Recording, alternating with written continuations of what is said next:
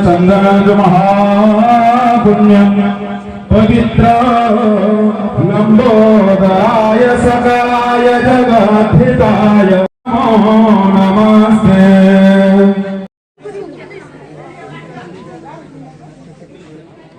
जय जगन्नाथ। समस्त को शुभ अपराह्न। सर्वप्रथमे बाबा भीमेश्वर पाद पद्म भक्तिपूत विनम्र प्रणाम ज्ञापन करुछि। मंचासीन अतिथिवृंद तथा एठारे उपस्थित थिबा समस्त व्यक्ति को मोर सादर प्रणाम। समस्त को नववर्षर हार्दिक शुभेच्छा शुभकामना अभिनंदन ज्ञापन करुछि।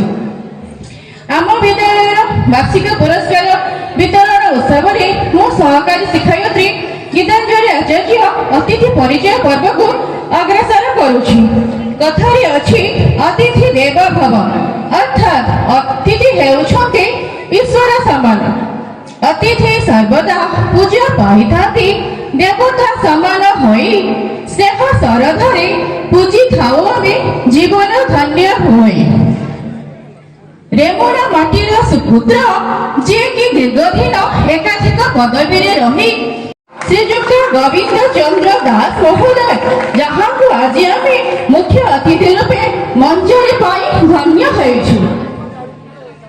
प्रधान शिक्षक पूर्वतन सदस्य ओडिशा साहित्य एकाडेमी विशिष्ट साहित्यिक गवेषक डॉक्टर भागवत प्रसाद दास महोदय श्रीमती विद्यास्मिता महारिक जहाँ को आज आम मंचरे वरेण्य अतिथि रूपे पाई आनंदित होइछु। आम रेमुणा ब्लॉक गोष्ठी शिक्षाधिकारी श्रीजुक्त कालती सारेन महोदय जहाँ को आज आम वरेण्य अतिथि रूपे मंचरे पाई प्रफुल्लित होइछु। आम धारागंज क्लस्टर सीआरसीसी श्रीजुक्त संख्य रंजन भूया महोदय जहाँ को आज आम मंचरे वरेण्य अतिथि रूपे पाई गर्वित।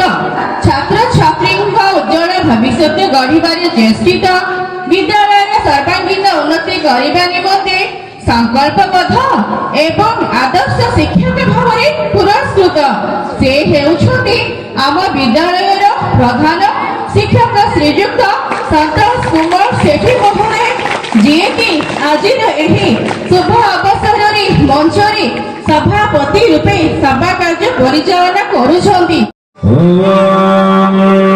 दीपन जते परम ब्रह्म दीपन जते जनार्दन दीपन जते हरत पाप पूजा दीपन नमस्ते रमा संभोरम जगन्नाथ स्वामी नयन पथगामी स्वागतम्